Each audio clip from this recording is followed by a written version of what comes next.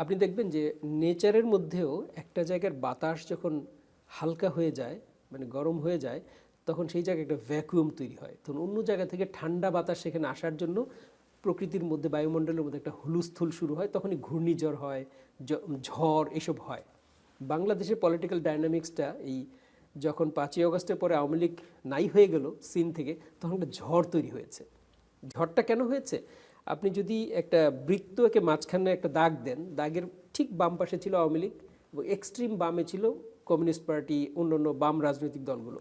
আর দাগের একেবারে পাশে ডান দিকে ছিল বিএনপি, আর এক্সট্রিম ডানে ছিল জামায়াত ইসলামী এবং অন্যান্য ইসলামিক দলগুলো। যেই আওয়ামী লীগ দাগের বাম পাশ থেকে উঠে গেল, তখন একটা ভ্যাকুয়াম তৈরি হলো না বৃত্তের ভেতরে? সেই ভ্যাকুয়ামটা পূরণ করার জন্য বিএনপি বামে সরে যাচ্ছে। আপনি দেখবেন যে বিএনপি এখন অনেক বাম ধরনের কথা বলে, যেটা আগে বলতো না। সো বিএনপি বামের সরে আওয়ামী লীগের জায়গাটা দখল করার চেষ্টা করছে। তো এদিকে ইনব্যালেন্স হয়ে যাচ্ছে, একদম এক্সট্রিম রাইট থেকে ওই গ্র্যাভিটির টানে জামাত ইসলামী একটু একটু করে বামে সরে আসতেছে, মানে বিএনপির যে সেন্টার রাইট ছিল সেই জায়গাটা জামাত দখল করছে আস্তে আস্তে। তো ফলে তারা একটু লিবারেল হচ্ছে, যেটা বিএনপি ছিল উদার ডানপন্থী, এখন জামাত হয়ে যাচ্ছে এক্সট্রিম ডান থেকে উদার ডানপন্থী হচ্ছে।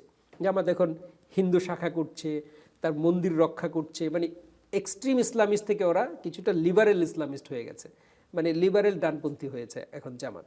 এবং বাংলাদেশের মানুষের লক্ষ্যটা কিন্তু, আকর্ষণটা কিন্তু উদার ডানপন্থী। উদার ডানপন্থাকে বাংলাদেশের মানুষ পছন্দ করে। আপনি খেয়াল করবেন আওয়ামী লীগ যতবার ক্ষমতায় এসেছে, তারা বাম থেকে কিন্তু ডানে কায়েত হয়ে থেকে ক্ষমতায় এসছে। ATV USA, বিশ্বজুড়ে বাঙালিয়ানা।